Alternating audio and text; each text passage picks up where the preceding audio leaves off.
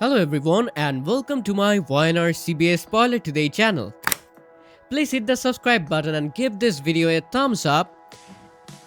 Can you actually execute a man for a life he literally does not remember living? That is the chilling and honestly kind of soul-searching question that is haunting the streets of Genoa City right now. We are not just talking about your standard soap opera plot twist here with a bit of a bump on the head. Now we are witnessing a full-on psychological demolition derby where the lines between who is a hero and who is a villain have been completely erased. Is Matt Clark a victim of his own biology, or he just a ticking time bomb wrapped up in a blank slate disguise? More importantly, is Nick Newman about to become the very monster he is trying so hard to destroy? Let's get into the absolute chaos that is the return of the notorious Matt Clark. Let's set the stage first because the context here is really everything for the long-time fans. For anyone who needs a quick refresher, Matt Clark is not just some random bad guy who showed up for a few episodes. He is the original architect of some of the most profound trauma the Newman family has ever had to endure. We are talking about a man who redefined the word sinister back in the 90s. When Roger Howard stepped back into this role, the collective gasp from the audience was practically audible. But the show didn't just give us a retreat of what we have already seen. They gave us a total inversion of his entire personality. So, how did we get here exactly? After that massive showdown in Las Vegas, where Matt tried to literally blow up that Newmans with a bomb, things went south for him very fast. He ended up on the receiving end of a rock to the skull, which was courtesy of his ex-wife Sienna. She left him for dead in the desert, and honestly, can you even blame her after everything he put her through? But Matt Clark has always been something of a cockroach in a designer suit because he simply refuses to die. He didn't just survive that attack, he crawled back to Genoa City with a total memory wipe. This amnesia isn't just a convenient way to keep a popular actor on our screens. It is a massive thematic pivot for the entire show. By stripping Matt of his memories, the writers are forcing us to look at the idea of the intrinsic self. If you take away the memories of the crimes, does the criminal still exist inside the man? From a behavioral standpoint, Matt is currently living in a state of pure ego without any of the baggage of his history. He's reacting to the world exactly as it is right now, not as he spent years shaping it.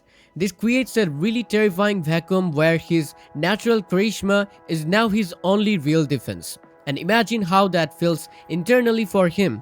He probably feels a profound sense of existential dread every time he walks into a room.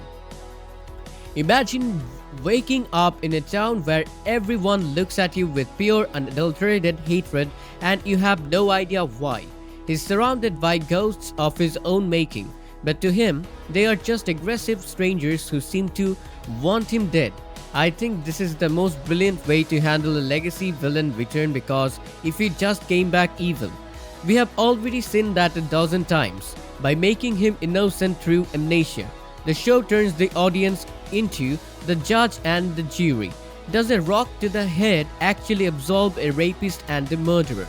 Most fans on the forums are saying absolutely not, and honestly, I'm inclined to agree with them. Redemption shouldn't just be a lucky loophole because if forgot, you are a monster. Roger Howard has been pretty vocal about how he's approaching this rebooted version of Matt Clark. He's not trying to play a totally different person. He's playing the same soul but without any of the data or the history. As he noted in his interviews, Matt is still rude and he's still self-centered. He is still smart and he is still funny too. He just doesn't remember why he should be those things towards specific people or why they hate him for it. This is where the interpretation gets really fascinating for me. When Matt sits down with someone like Phyllis Summers at the athletic club or Crimson Lights, he's not the predator she remembers from the old days. He's just a guy with crazy big gaps in his head who is looking for a friend. Why is he drawn to Phyllis of all people? It's likely a subconscious recognition of a kindred spirit. Phyllis has never been a saint herself. She's a survivor who has flirted with the dark side her entire life. Matt's intuition, even without his memory, is guiding him toward the people who exist on the fringes of decent society. This is a classic nature versus nurture experiment playing out in real time. If Matt's nature is inherently toxic, then no amount of memory loss is going to save him from himself. His rudeness and his self-centered behavior are personality traits, not just reactions to things that happened in the past. He is intrinsically a disruptor. Phyllis is clearly feeling conflicted about this whole thing. There is a part of her that sees the tactical advantage of having Matt in her pocket. She's under a lot of pressure from Victor Newman over this AI scheme, so she needs leverage. But there is also that classic Phyllis curiosity that we all love. She wants to see if he's actually faking it. She's poking a sleeping bear just to see if it still has teeth. In my opinion, Phyllis playing with fire is her entire brand. But this is a whole new level of dangerous even for her. She's basically trying to tame a monster that doesn't even know it's a monster yet. It's incredibly arrogant and I think it's going to blow up in her face. You can't negotiate with a blank slate that has a history of extreme violence. While Matt is wandering around trying to find himself, Nick Newman is busy losing himself completely. This is the most alarming part of the current storyline to me. Nick has always been the moral Newman. He is the one who tries to do the right thing despite all of his father's crazy machinations. But Matt Clark's return has triggered a primal and obsessive breakdown in Nick that we haven't seen in years. Nick is currently detoxing, or at least that is what he's telling everyone. He's sweaty and he's aggressive. He is hyper-fixated on one single goal, which is terminating Matt Clark. But it's not just a hit of the moment rage that he's feeling. It's a calculated and cold-blooded plan. Nick's plan is to recruit Detective James Burrow to witness a confrontation. He wants to provoke Matt into an attack so he can kill him and then claim self-defense with a credible witness standing right there. This is premeditated self-defense, which is a total psychological oxymoron. It shows that Nick's moral compass has completely shattered under the weight of his trauma and his drug addiction. Nick is suffering from a massive hero complex that is being fueled by his own insecurity. He failed to protect his family in Vegas, and his ego just can't handle that failure. But by killing Matt, he thinks he's reclaiming his status as the protector of the family. In reality, he's just using Matt as a scapegoat for his own internal failings. Adam Newman is actually acting as the voice of reason here, which tells you exactly how far gone Nick really is. When Adam, the man who has lived in the moral gray area his entire life, tells you that you are crossing a line you can't come back from, you should probably listen. Nick's rejection of Adam's warning is a sign of his total emotional isolation right now. He feels like he's the only one who truly understands the threat Matt poses. I'm genuinely terrified for Nick's soul because if he goes through with this, he is no better than the 2001 version of Matt Clark. He is literally becoming the villain just to stop a man who is currently just a confused nation. It's a tragic fall from grace. As if Matt and Phyllis weren't enough of a mess, we now have Patty Williams entering the mix. Patty is, to put it mildly, the most unstable person in all of Genoa City. When she and Matt crossed paths at Crimson Lights, it wasn't just a random meeting. It was a collision of two completely fractured identities. Patty babbled to Matt about high school and Danny Romalotti and her past loves. Matt had no idea who she was talking about, of course, but he was struck by her anyway. Why do they click so well? Because they're both outsiders. Patty knows exactly what it's like to have the entire town look at you like you are a monster. She sees in Matt a blank canvas that she can paint her own reality onto. By offering to help him find his memories, she's actually positioning herself to create his new identity for him. This is a trauma bonding situation just waiting to happen. Patty is building trust by being the only person who doesn't recoil in horror when he says his name is Matt Clark. For Matt, she's a lifeline in a sea of total hostility. For Patty, he's a new project and a man she can mold however she wants. There is a deeply disturbing innocence in their interaction. When Matt asks if Patty can be redeemed, he's really asking for himself. He's looking for a reason to believe that a bad past doesn't have to define a person's future. Patty is more than happy to give him that validation because she needs it just as much as he does. This alliance is the most dangerous thing in Genoa City right now. You have a man who is a dormant predator and a woman who is an active agent of chaos. If Patty is the one who helps unleash Matt's memories, she won't just bring back the old Matt, she will create a hybrid version that is loyal only to her, and that is a nightmare for everyone else. The moral trap here is huge. Can a villain actually be deleted? The fan debate is incredibly polarized for a reason.